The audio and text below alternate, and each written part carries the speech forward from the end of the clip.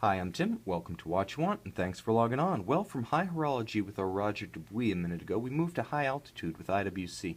This is the IWC Big Pilot's watch, reference 5002-01, 46 millimeters in stainless steel. Now, in 2002, IWC reopened an old chapter in its aviation watch history and supplemented its long-running IWC Mark Aviator series, 1946 to present, with the return of the traditional big instrument style IWC Pilot's watch, better known as the Big Pilot. And in 2002, the Big Pilot returned in the image of that 1940s Luftwaffe watch, the Type 52 TSC, or the B-ER as it's sometimes called. Well, those were unwearably huge 55mm behemoths designed to be worn over a padded flight jacket. The Big Pilot's watch of 2002 was stepped down just a little bit to 46 to make it more versatile and everyday usable. Now, on my wrist, which is 6 1/3 inches, 16 centimeters in circumference, you can see 16 millimeters thick and 46 millimeters in diameter. It's a big honkin' timepiece. And it does resemble an aviation instrument. And that was the idea.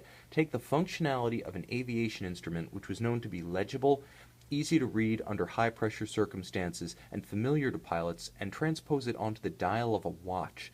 And that's what that original B-ER accomplished. In 2002, that look returned on this 5002, but it returned with some manufacturer watchmaking content that we'll get to in a moment.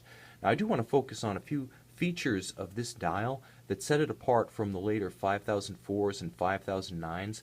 We're more familiar with those pilot watches because they've been around since 2006, but with this 2002 to 2005 original features that those don't, is a series of detail differences that really give this one a character all its own.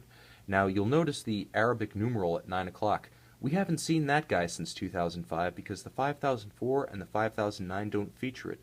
Likewise, the complete index at 12 o'clock that went away with the later models, as did the romantic sector or railroad style chapter ring around the power reserve indicator at 9 o'clock.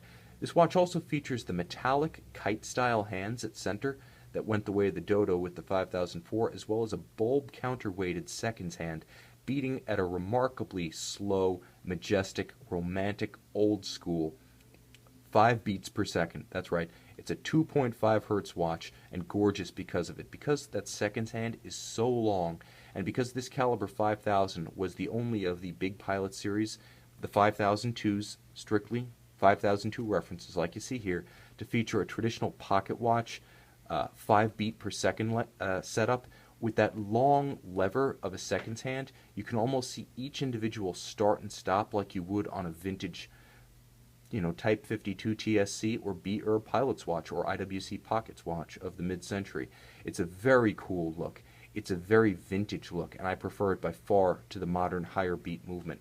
In addition, because you do have that gorgeous metallic frame around the high contrast date on the 5002, missing on the 5004 and the 5006, it adds a little bit of visual articulation that you don't get with the newer models.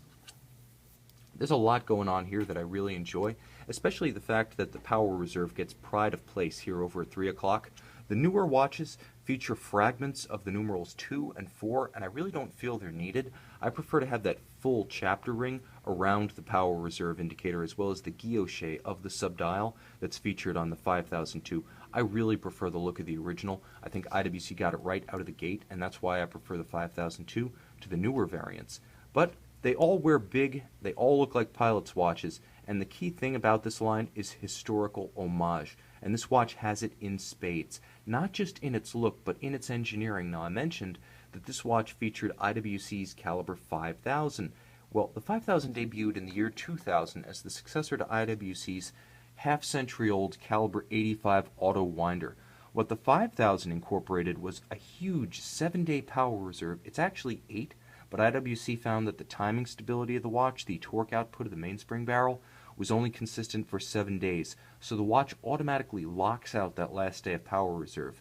The practical benefits for you, the end user, are a watch that has the energy to start turning immediately. Even if you pick it up with the power reserve indicating 0 days of reserve left, it's got that extra 8th day, so as soon as the rotor turns, it's got enough energy in it topped off to start the balance. Plus, you know that it's never going to sink to a point where it's not keeping accurate time. Many watches will simply run till their mainspring barrels are exhausted, but for the last few hours or even the last day of power reserve with some of the longer duration models, they will keep inaccurate time.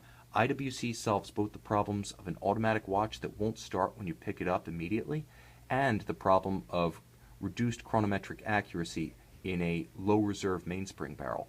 Fixed both of them with the caliper 5000, which has an important claim to fame, being, to this day, 15 years later, the largest automatic winding movement in the industry.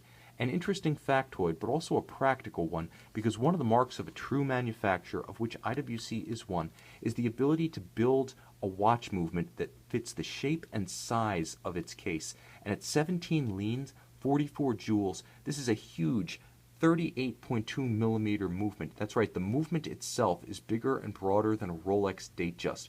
A real tank-like movement. I want to show the case back, because I always have questions about solid case back watches. Why don't you show the case back? Mostly because the dials are more interesting, but this is what it looks like. Screwed on, it does use a proprietary IWC tool to open, and as a result, the watch does feature 6 ATM water resistance, which is exceptional for a watch designed with aviation in mind. Now, there's a lot more I could say about this movement. Everything from its screwed down index that keeps the balance stable if the watch is shocked, to the Faraday cage that's wrapped around the movement to give it anti-magnetic protection, to the beautiful Breguet overcoil hairspring that protects the watch from positional variation in timing, regardless of where you leave it on your dresser at night. This is an outstanding modern interpretation of a vitally important IWC historical reference, and because the reference 5002 marked the dawn of the modern Big Pilot, it's also historic in a modern sense, and I would say an essential modern IWC for collectors of the brand. Some have said that the watches today have become a little bit too self-consciously stylized in the last 10 years, and there are those who feel that the last of the real traditional IWC tool watches were built in the early 2000s. Well, this is an exemplar of that breed. While I certainly don't side with those who say that the last of the great IWCs are behind us, there is no doubt that this great IWC is far in the rearview mirror, the last having been built in 2005.